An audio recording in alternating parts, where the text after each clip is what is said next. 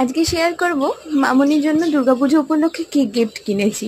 আসলে যখনই আমরা শাড়ি কিনতে যাই মামনি খুব বকাবকি করে, বলে আলমারিতে নাকি প্রচুর নতুন শাড়ি ভরা আছে। আসলে মাদের জন্য সামান্য কিছু খরচ করলেও মাদের মনে হয় সেটা নাকি বাজে খরচ। কি আর করা যাবে, ভেবে পাচ্ছিলাম না যে কি গিফট কেনা যাবে যেটা মামনির কাজে লাগবে। তো কিছুদিন ধরে ভেবে ভেবে মাথায় এলো যে আমাদের বাড়ির টিভিটা প্রচুর পুরনো হয়ে গেছে। তো টিক্সের মাথায় বুদ্ধিটা দিলাম, ও অর্ডার করে দিয়েছিল, আজকে সেটা ডেলিভারি দিয়ে গেছে।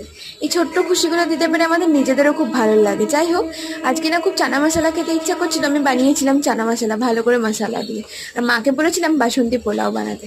আর দেখো, সেই 2 মাস ধরে এখানে বৃষ্টি পড়েই যাচ্ছে, বৃষ্টি ছাড়ে না। কিছুক্ষণ পর লক্ষ্য করলাম আমার সবসময় পরে থাকা কানের আর আংটিগুলো খুব নোংরা হয়েছে। তাই ওগুলোকে একটুখানি সার্ফ হলুদ দিয়ে ভিজিয়ে রেখে কিছুক্ষণ পর একটু ব্রাশ দিয়ে ঘষে নিলাম। তো এটা আমি অ্যাকচুয়ালি গুগলে দেখেছিলাম, বাট টিপসটা কিন্তু দারুণ কাজ করেছে, তোমরাও ট্রাই করতে পারো।